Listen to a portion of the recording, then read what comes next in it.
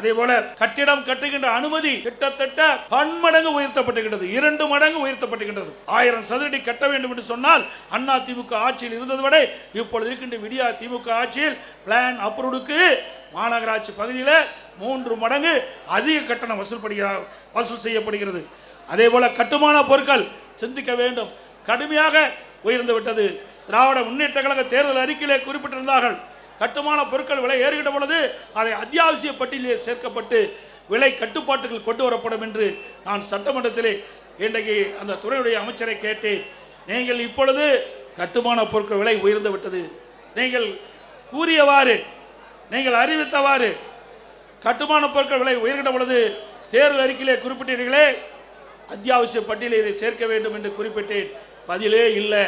இன்னைக்கு சிந்தித்து பார்க்க வேண்டும். கட்டுமான பொருட்கள் கட்டுக்கடங்காத விலையாக உயர்ந்து விட்டது.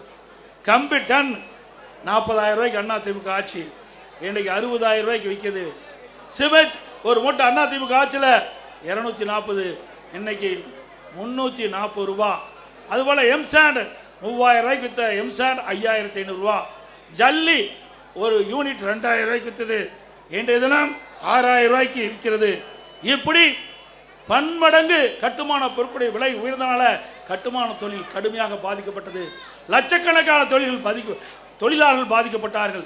இன்றைக்கு வீடு கட்டுகின்றவர்கள் மிகுந்த வேதனைக்கு உட்பட்ட நிலை இன்றைக்கு உருவாக்குகிறது. அது மட்டுமல்ல, ஸ்டாலின் எப்பொழுது பார்த்தாலும் சொல்கிறார், இந்தியாவிலேயே முதல் மாநிலம் தமிழ்நாடு என்று சொல்கிறார். எதில் முதல் மாநிலம்? கடன் வாங்குவதிலே முதல் மாநிலம் தமிழ்நாடு.